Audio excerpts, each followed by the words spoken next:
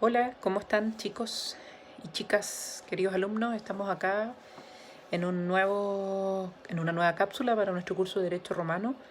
He querido preparar esta cápsula con algunos comentarios que quiero que queden grabados. Perdónenme la cara de cansancio que tengo, pero es parte de del quehacer diario.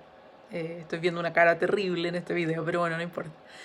Em, Primero les quiero comentar que en estas próximas horas vamos a subir las notas de la primera evaluación del curso de Derecho Romano y los quiero felicitar, ya como lo hice en la última clase que tuvimos la oportunidad de tener una retroalimentación de esas notas. Estuvieron muy buenas notas y yo estoy muy satisfecha porque creo que merece la pena mencionarlo en una cápsula, ya que hemos estado impartiendo el curso de Derecho Romano en la Facultad de Derecho de la Universidad del Paraíso, como todo el resto de los cursos, completamente online. Y no obstante ello, veo que hay una aproximación muy buena en los contenidos del curso, a los conceptos esenciales, y espero de todo corazón que estos videos estén ayudando en ese proceso de aprendizaje que también hemos hecho un poco más lento de lo normal, pero que ha sido súper necesario para que vayamos reforzando ciertos conceptos propios del derecho romano. Entonces, en ese sentido, los quiero felicitar y los quiero animar a que sigan acompañándome en este viaje, ¿cierto? En este descubrimiento de los conceptos esenciales y de los fundamentos históricos de las principales instituciones del derecho privado que están ciertamente en la historia del derecho romano. Así que felicidades chiquillos, ánimo para seguir adelante con todo, no solo en la universidad, sino que con todo lo que se nos viene por delante, que son cosas, quiero creer sin duda, que van a ser cosas buenas, cosas positivas, eh, y aprendizajes no solo en el ámbito académico, como hemos dicho tantas veces, sino que este año nos está dejando tantos aprendizajes también a nivel personal, a nivel espiritual, que tenemos que abrazar y tenemos que seguir y aplicarlos en toda nuestra vida, también profesional. Hoy día les quiero hablar en particular de lo que vimos en la última clase. Nosotros ya nos estamos adentrando, ¿cierto?, en lo que yo llamo las aguas un poco turbulentas del derecho romano para los alumnos de primer año, en el sentido de que son materias un poco densas en contenido. Estamos viendo en particular cómo evolucionó, ¿cierto?, el derecho real de dominio o la noción de propiedad a lo largo del devenir jurídico romano, y ahí hemos identificado claramente tres conceptos del dominio y que en realidad no son tres dominios distintos, sino que responde a cómo evolucionó la protección del derecho real de dominio, este derecho pleno sobre la cosa corporal, este pleno derecho, este poder de aprovechamiento pleno, ¿cierto?, sobre las cosas corporales que llamamos dominio, que Gallo identificaba como el pleno derecho sobre la cosa. Bueno, cómo evolucionó a lo largo de los distintos periodos históricos del derecho romano, ¿cierto? Hablábamos en primer lugar de un derecho quiritario, un derecho de dominio quiritario, el derecho de dominio del periodo del antiguo Ius Civile. Después vimos, o vamos a ver en la próxima clase, la situación del dominio monetario o la protección que se le dio al dominio, que de alguna manera vamos a ver viene viciado en su adquisición, en su forma de adquisición. Y vamos a hablar de la situación del dominio bonitario o la situación in bonis esse. Y en tercer lugar hablaremos de la situación a non domino o también llamada situación o la pervivencia de la actio publiciana en el periodo posclásico del derecho romano. Entonces, si se fijan, es ir haciendo un paralelo de la evolución que tuvo el derecho real de dominio en cada uno de los periodos: dominio gritario, dominio clásico, que es la situación del dominio unitario, y el dominio posclásico, que es básicamente referirnos a la situación a non domino o la transferencia desde un no dueño. Quiero quedarme solo en el dominio quiritario y recordarles algunas cosas que ya hemos visto y que en el fondo engloban mucho de lo que ha sido nuestros estudios de las fuentes del derecho y el periodo quiritario del derecho romano. Recuerden ustedes que el dominio quiritario va a estar caracterizado por las mismas características que vimos respecto al periodo quiritario, o sea, es la aplicación de este ritualismo, de este formalismo, de este carácter solemne, aplicado a todos los actos jurídicos o a todas las manifestaciones jurídicas propias de la época, aplicado a la transferencia del dominio. Cuando hablamos del dominio quiritario y nos preguntamos por el objeto del dominio quiritario, el dominio quiritario se estructura en torno a la propiedad de la tierra. Recuerden que eso es una característica fundamental del periodo quiritario, y así también lo va a ser el dominio quiritario. El dominio quiritario, por lo tanto, va a estar relacionado principalmente con el dominio de las cosas mantipi, cuando pensamos en el objeto del dominio quiritario. Cosas mantipi que por su naturaleza entonces son cosas importantes para la economía rural, agraria, autárquica propia de la época del periodo quiritario. Así también, si pensamos en los sujetos que pueden ser titulares del derecho real de dominio en el periodo quiritario, también vamos a pensar principalmente en los cives, es decir, en los ciudadanos romanos, porque el derecho quiritario y toda su formulación está pensada para los ciudadanos romanos. Recuerden la característica del periodo quiritario de ser un periodo esencialmente nacionalista, ¿cierto? Pensado para los cives romanos. Sumamos al objeto y a los sujetos y nos vamos entonces a la forma de transferencia de estas cosas mantipi, es decir, al dominio propiamente tal, al régimen del dominio de las cosas mantipi o el régimen del dominio quiritario. Y desde ese punto de vista hemos dicho ya hasta el cansancio, ¿cierto? Se trata de un régimen de transferencia o adquisición del dominio, caracterizado por un título más un modo, y en el caso de los modos de adquirir vamos a estar frente al modo de adquirir solemne o a los dos modos de adquirir solemnes que admitía el ius civil antiguo, los mores maiorum, para las cosas mantipi, que va a ser principalmente el modo de adquirir mancipatio, o también alternativamente, no copulativamente, podrá ser también el modo de adquirir injure cessio o cesión ante el magistrado. Ambos modos de adquirir son solemnes. Vamos a ver las diferencias en su minuto en la clase. Van a estar caracterizadas simplemente o principalmente por la intervención o no del magistrado, pero vamos a estar frente a actos solemnes en cualquier caso. Y siempre la entrega de la cosa corporal va a estar en el centro de la transferencia del dominio de la cosa. Recuerden la noción corporal del dominio y lo que hemos visto al respecto.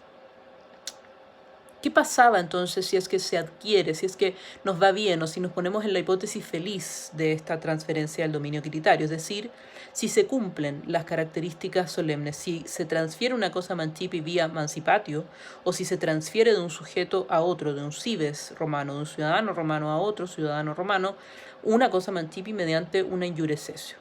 Bueno, se perfecciona el acto jurídico que es la mancipatio, se perfecciona el objetivo del modo de adquirir mancipatio y por lo tanto se transfiere el dominio de un patrimonio a otro, ¿cierto? Y el nuevo dueño, el adquirente, queda como nuevo titular del derecho real de dominio conforme al derecho quiritario. O sea, es un nuevo dominus, es un nuevo titular del derecho real de dominio con todas las facultades que ello implica desde el punto de vista jurídico, que ya las hemos visto. Desde el punto de vista judicial o desde el punto de vista procesal, el derecho romano entregó entonces dos protecciones al que se hacía dueño en virtud del derecho quiritario de una cosa mantipi, ya sea porque se acreditaba o se configuraba una mancipatio o bien porque se perfeccionaba una injure cessio, otro modo de adquirir solemne, ¿cierto? Cualquiera fuera el caso, si cualquiera de ellos se perfecciona, tenemos un nuevo dueño, tenemos un titular del dominus quiritario, ¿cierto? El dominio quiritario, que va a tener dos medios procesales entregados para su protección, para tutelar ese derecho real de dominio, que por un lado va a ser una acción judicial, que va a corresponder a la actio in rem del dominio, y por otro lado vamos a tener una excepción judicial, un medio de defensa procesal. En el caso de la acción judicial vamos a estar hablando de la actio in rem del dominio, es decir, la vindicatio o la reivindicatio, la acción reivindicatoria, hoy llamada modernamente, ¿cierto?, acción reivindicatoria. Ya vindicatio se identificaba así, incluso en la ley de las 12 tablas aparece así mencionada. Es la acción del dominio. ¿Cuál es el supuesto bajo el cual se va a poder impetrar o se va a poder ejercer esa acción judicial ante un magistrado en Roma? El supuesto es que el titular del derecho real de dominio es privado de la posesión corporal de la cosa sobre la cual tiene el dominio. O sea, lo despojan de la cosa corporal sobre la cual tiene el derecho real de dominio y lo que va a buscar precisamente la vindicatio es recuperar mediante una acción judicial esa posesión corporal de la cosa de la cual es dueño. Ese es el objetivo, el supuesto y el objetivo de la vindicatio o reivindicatio o acción real del dominio, ¿cierto? El supuesto entonces, chicos, es para el ejercicio de la reivindicatio que el titular del derecho real de dominio sea despojado efectivamente de la posesión corporal, o sea, tenemos a un dueño no poseedor de la cosa corporal. Y frente a ello, entonces, ¿qué es lo que va a buscar la reivindicatio? Va a buscar precisamente que esa posesión corporal vuelva a estar en la detención o vuelva a detentar la posesión corporal de la cosa el dueño que ha sido injustamente despojado de ella. Ese es el objetivo de la reivindicatio, y si es que entonces se materializaba y se adquiría perfectamente el dominio conforme al derecho quiritario de las cosas mantipi, entonces se le entregaba y tenía esta acción in rem o acción del dominio el dueño de la cosa, ¿cierto? El nuevo dueño. Luego se le entrega un segundo medio de protección, ¿cierto? Una segunda protección procesal, que es la excepción. A diferencia de la acción judicial, y estos son conceptos procesales, ¿cierto? La acción lo que va a buscar, la acción, por ejemplo, la vindicatio, lo que busca es poner en movimiento, ¿cierto? Un juicio. Se inicia, por eso acción, inicia un juicio. En cambio, la excepción no va a buscar poner en movimiento un juicio, sino que lo que va a permitir es defenderse, ser un medio de defensa frente a una acción, o más bien frente a una pretensión de otro, de un tercero. Por lo tanto, en este caso, quien es dueño conforme al derecho quiritario también contaba con una excepción llamada de dominio justo, para el evento de que alguien intentara, por medio de otra acción reivindicatoria, que no tendría fundamento, eventualmente, ¿cierto? Con la excepción de dominio justo, lo que puede hacer entonces este dueño, conforme al derecho quiritario, es defenderse, oponerse a una acción reivindicatoria que intenta un tercero en su contra. El supuesto de la excepción es distinto al de la acción reivindicatoria, ¿cierto? La acción reivindicatoria tiene un supuesto de hecho o un supuesto fáctico que es súper claro, y es que te despojan, ¿cierto? A ti, titular del derecho real de dominio, conforme al derecho quiritario, cosa mantipi, te despojan de la posesión corporal de la cosa. En el caso de la excepción de dominio justo, tú mantienes, o el dueño mantiene la posesión corporal de la cosa, es un dueño poseedor de la cosa corporal. Sin embargo, va a enfrentar un intento de ser desposeído mediante una acción reivindicatoria de un tercero. Y eso lo puede entonces oponer esta excepción de dominio justo en un juicio.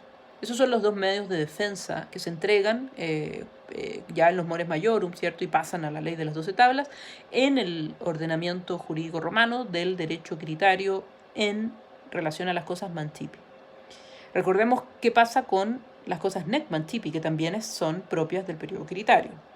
El dominio de las cosas nec mantipi, ya lo hemos visto, se transfiere mediante la traditio o la entrega simple, ¿cierto? La entrega, un modo de adquirir que se va a caracterizar por tener en el núcleo la entrega de la cosa corporal nec mantipi, pero que no va a estar rodeado de las solemnidades que va a tener sí la mancipatio, ¿cierto?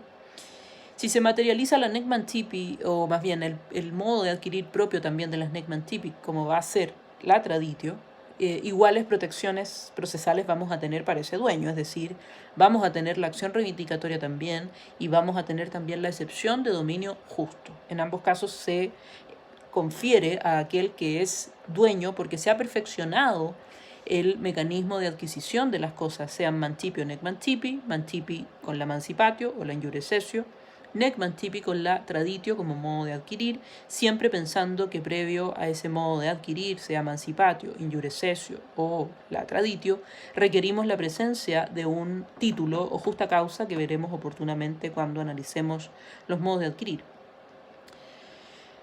Súper importante que este escenario lo tengan claro, ¿cierto? Cómo se materializa y cuál es la forma de organizarse del dominio quiritario. Porque lo que vamos a ver en la próxima clase y también lo que vamos a ver en la próxima cápsula es precisamente qué es lo que ocurre cuando las cosas no salen bien, es decir, cuando no se perfecciona la transferencia de una cosa mantipi mediante una mancipatio. O sea, la mancipatio tiene algún error, o bien la injurecessio no se materializa o no se perfecciona de la manera en que debía hacerlo. Bueno, ¿qué va a pasar en esos casos?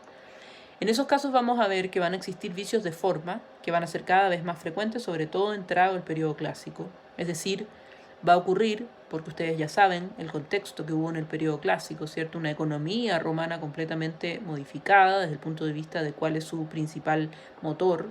Vamos a mutar hacia el comercio, ¿cierto? Y sobre todo el comercio hacia afuera, ¿cierto? El comercio internacional o entre los pueblos. Vamos a ver la figura del extranjero peregrino y ello va a determinar que precisamente el derecho civil antiguo tenga que cambiar. Y una de las épocas, o más bien una de las instituciones en donde se ve y se puede apreciar por ustedes este cambio que va a venir de la mano del jurisprudente clásico, que va a venir de la mano del pretor peregrino, es precisamente el que se ve en el régimen de protección y transferencia del dominio.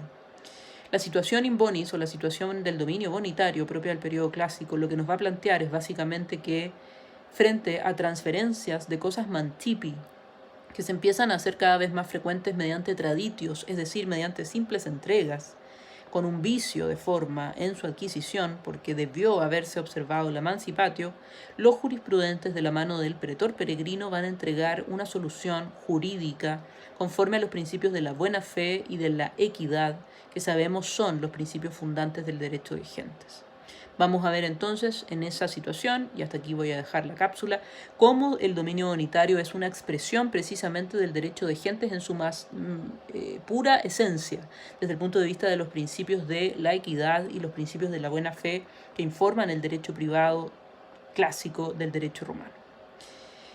Es larga la explicación, yo sé que hablé súper rápido, pero es para ir dejándoles ya esta cápsula respecto del régimen del dominio y sobre todo ir introduciéndonos en lo que es el dominio bonitario y la situación del dominio a non domino con la actio publiciana, que va a ser una actio tremendamente importante, una acción judicial tremenda importante que crean jurisprudentes para la época clásica, para proteger a aquel poseedor no dueño, que se va a configurar a partir de una mancipatio o una iurisdictio frustrada, que no se materialice y que por lo tanto vamos a tener ahí una situación anómala, con algún vicio de forma, que los jurisprudentes tuvieron que resolver para dar respuesta eficiente y adecuada a las situaciones que estaban viviendo en ese minuto en el periodo clásico en relación a las transferencias de las cosas más importantes para la economía romana durante mucho tiempo. Sin más, les dejo este video, que ya nos hemos alargado más de 15 minutos. Espero que estén bien. Nos vemos en la clase del jueves, chicos. Y seguimos conectados por acá. Les pido disculpas nuevamente por la cara de cansancio, pero bueno, es parte del día a día, ¿no? Del trabajo. Espero que estén bien y que les esté yendo súper bien. Cariños a todos. Nos vemos pronto. Chao, chao.